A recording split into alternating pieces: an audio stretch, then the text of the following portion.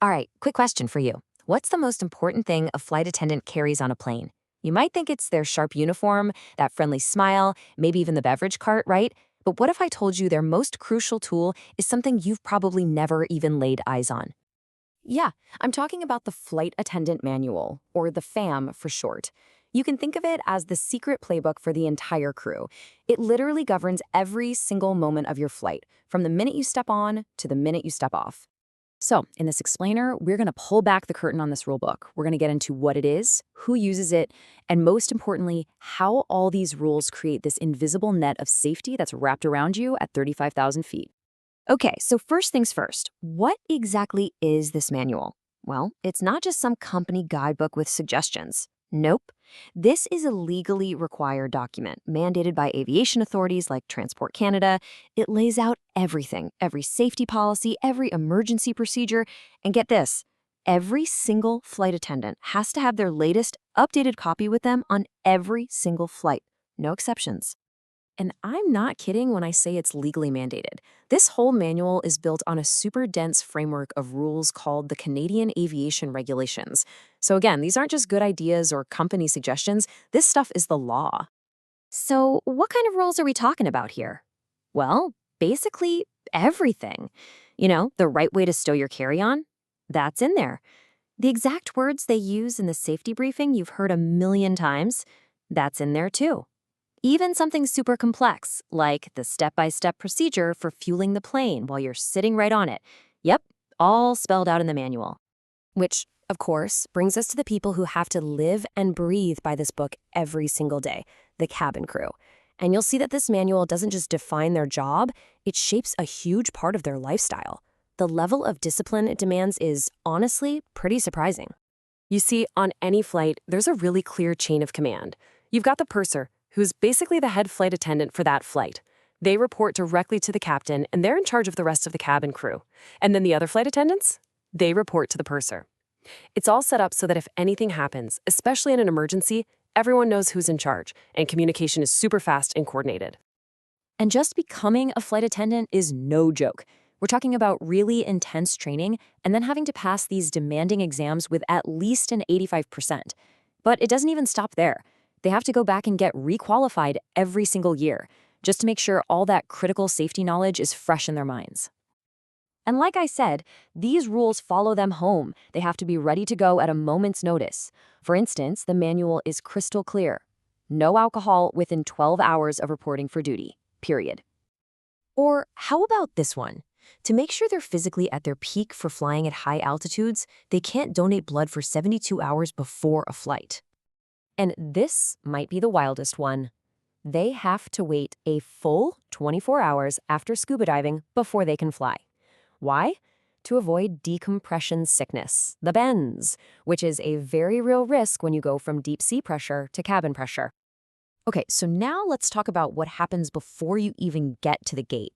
Long before you step on that plane, the crew is already deep into their pre-flight protocols, all laid out in the manual. This is really where the safety of your flight begins. It all kicks off with the pre-flight briefing. This is where the whole team, pilots and flight attendants, gets together.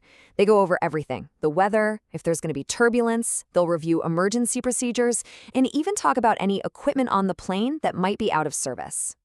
Right after that meeting, they head straight to the plane for their pre-departure checks. Every flight attendant has an assigned area, and they are personally responsible for checking all the safety gear there. The oxygen masks, fire extinguishers, life vests, making sure everything is exactly where it should be and in perfect working order. The number of flight attendants on your flight isn't just a random decision by the airline.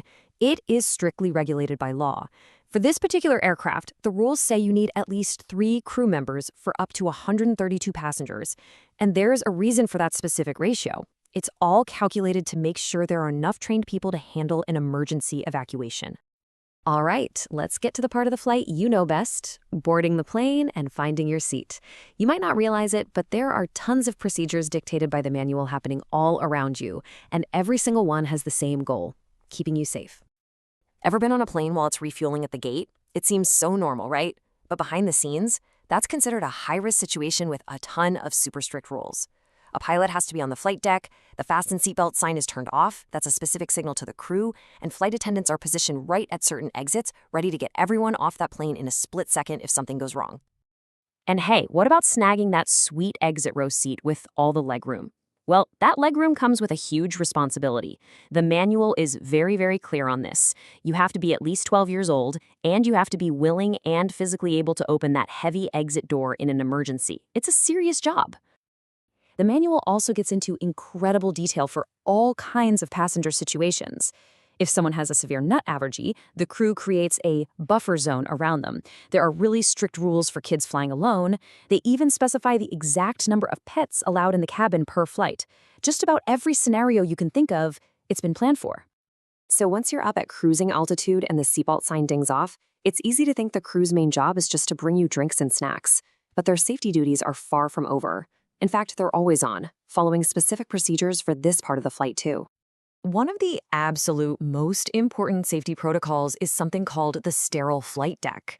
Basically, during the most critical parts of the flight, takeoff and landing, usually anytime you're below 10,000 feet, the flight attendants cannot contact the pilots unless it's a dire safety emergency. Nothing else. This lets the pilots focus 100% on flying the plane, with zero distractions. So next time you see a flight attendant just walking up and down the aisle, they're not just stretching their legs. They're actually on patrol. They're actively listening for weird sounds, smelling for anything strange, and just keeping an eye on passengers to make sure everything's okay. It's this constant, quiet watchfulness. You know, when you start putting all these pieces together, the tough regulations, the intense training, all these constant checks and procedures, you really start to get it. The flight attendant manual isn't just some book. It's the master blueprint for this incredibly complex safety system that's always running in the background. And honestly, this quote from the manual itself just says it all. It makes it clear that while service is important, the #1 prime responsibility of every single crew member is the safety and well-being of their passengers. That's the mission. So the next time you fly, as you're getting settled in your seat, take a look around. Maybe you'll notice things a little differently now. You'll see that serious conversation they have with the person in the exit row. You'll see them doing those final checks before the door closes, that quiet walk down the aisle mid-flight. You'll realize it's all part of this carefully choreographed dance of safety, with every step coming straight from the pages of their most important tool.